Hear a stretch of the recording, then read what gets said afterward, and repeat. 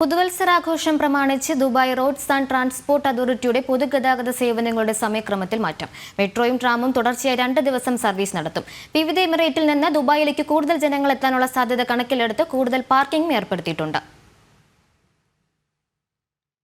പുതുവർഷാഘോഷത്തിന്റെ ഭാഗമായി ദുബായ് മെട്രോയും ട്രാമും 43 മണിക്കൂർ തുടർച്ചയായി സർവീസ് നടത്തും. മെട്രോ ഡിസംബർ 31 രാവിലെ 5 മണി മുതൽ ജനുവരി 1 അർദ്ധരാത്രി വരെ പ്രവർത്തിക്കും.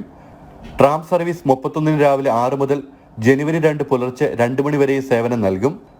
മെട്രോയും ട്രാമും തുടർച്ചയായി സർവീസ് നടത്തുന്നത് ജനങ്ങളുടെ സഞ്ചാരം സുഗമമാക്കും.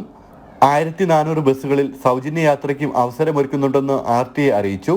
ഡൗൺ ടൗണിലെ ആഘോഷങ്ങളിൽ പങ്കെടുക്കാൻ എത്തുന്നവർക്കായി ദുബായ് മാൾ, സബീൽ, MR ബൊളിവാർഡ് എന്നിവിടങ്ങളിൽ ഏകദേശം 2000-ലധികം പാർക്കിംഗ് സൗകര്യങ്ങൾ ഒരുക്കിയിട്ടുണ്ട്.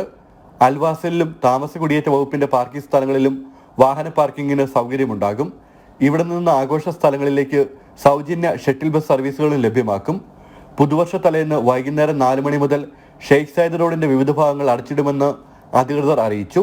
ഡൗൺ ടൗൺ ദുബായിൽ പുതുവർഷം ആഘോഷിക്കാൻ ഒരുങ്ങുന്നവർ യാത്രകൾ നേരത്തെയാക്കണമെന്നും പരമാവധി പൊതുഗതാഗത സംവിധാനങ്ങൾ ഉപയോഗിക്കണമെന്നും അധികൃതർ അഭ്യർത്ഥിച്ചു. ജനം, ദുബായ്.